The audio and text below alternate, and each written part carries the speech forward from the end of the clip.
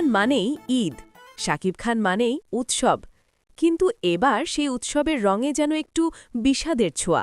চারদিকে এখন শুধু একটাই গুঞ্জন, প্রিন্স নাকি আসছে না এই ঈদে। কারণটা শুনলে মনটা আরও ভারী হয়ে যায়। এই সিনেমার শুটিং হওয়ার কথা ছিল একাধিক দেশে, কিন্তু ভিসা জটিলতায় থমকে গেছে পুরো পরিকল্পনা।